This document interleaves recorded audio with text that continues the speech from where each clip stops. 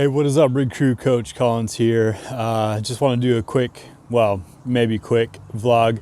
I'm definitely going to ramble a little bit, but I promise you I will edit it up and cut out any super long pauses and just the huge ums. As I say right away.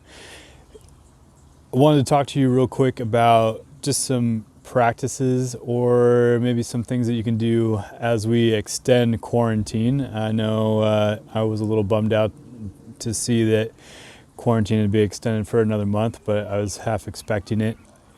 Talking to some clients, one thing I noticed is that a few of them are having a tendency to kind of overwork themselves. Because you're at home, it's easy to get up first thing in the morning, get your coffee or whatever, and then jump right onto the computer, and then you're on that computer for hours, right? You're going until like 5 o'clock, you haven't eaten lunch, then you're exhausted by the time you get done. You're just too fatigued to think about doing any kind of movement or workout, what have you. So I want to kind of go back to the beginning now that we have another month of quarantine coming up here, to something that I said right in the beginning. I sent this out in the newsletter. It's a quote from Jocko Wilks is discipline equals freedom. What I mean by that, and what I'm using that quote for, is to say that if you set up your schedule so that you have your hours of work blocked off, and then allow time for yourself to do your workouts, to do your food prep, to spend time with your family. Maybe it's just a break in the middle of the day so that you can grab lunch and stretch. Maybe you need to actually put that into your calendar.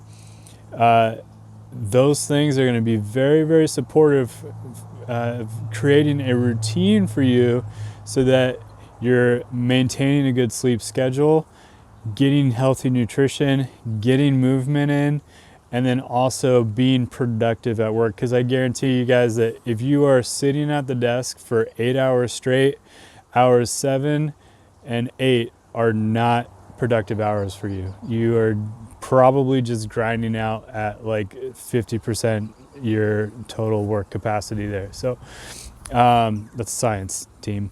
What I want you guys to try to do this month, I know that it sucks a little bit that we're in quarantine. Try to have this month be a fresh month for you. You know what quarantine feels like now.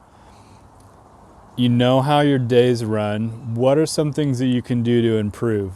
Does it mean that you set up your schedule and have a strict routine? Or maybe it's working for you, but your nutrition is suffering a little bit. You're not getting lunch, you're not cooking a healthy meal. Maybe that needs to change a little. Maybe you haven't gotten out as much as you liked for walks or runs or jogs. Whatever it is, if there's a little thing that you can do to change and improve, let's make that happen this month. It's May, June's coming. It's going to be beautiful summertime. The weather's gorgeous out here, and it's only going to get better. So find a few things that you can do this month that you wish you had done last month. Don't beat yourself up about it. Don't stress about it.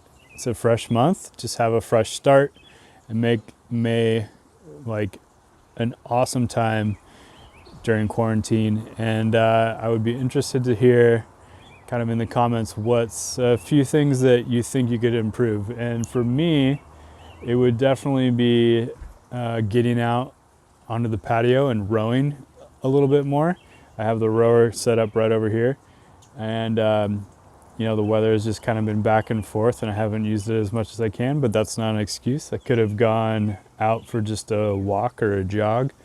And then another thing is, it's been really easy for me to watch Netflix until 1 o'clock in the morning, and then I'm getting up late, at like 9 or 10, and then having kind of a slow roll into my day. Usually I kind of work a little bit harder at night. So it's been very easy for me to have a late night and then, like I said, get up at 10 and then I don't really get going with work until like noon. And that's one thing I want to try to change this month. All right, before I sign off, I want to give you guys a thought experiment that I kind of came up for a client to help her manage her schedule. I was a little excited about it, so I'm going to share it with you guys. Imagine that you hire a personal assistant, someone to kind of run your day or help you run your day. Put yourself in the shoes of the personal assistant. You are now your boss, and as the personal assistant, you have to schedule out what's going to happen for the day. And so looking at the schedule, you know that your boss needs to work, needs to work out, needs to spend time with family, connect with friends, needs to cook, needs to, why did I say it so weird? Cook. Needs to cook, have a healthy meal, and whatever else is part of your day, right? You need to write out the schedule for your boss. Your boss is not going to be happy if on that schedule it shows that they need to show up at 6 o'clock and work till 6 o'clock at night with no lunch break and nothing in between. Your boss isn't going to be happy if there's never a time for them to do some kind of fitness or movement, and your boss isn't going to be happy if there's no time blocked out to connect with family and friends. So maybe that will help you guys. Like I said, I kind of came up with it off the top of my head and thought it was pretty good and kind of used it to apply to my schedule. And it seemed to help if you kind of just change that perspective a little bit, or change that lens that like, okay, I'm writing the schedule for my boss. This is what my boss wants, and thinking about how not to mess the schedule up because I could be fired might help you kind of identify some areas where you can improve your schedule.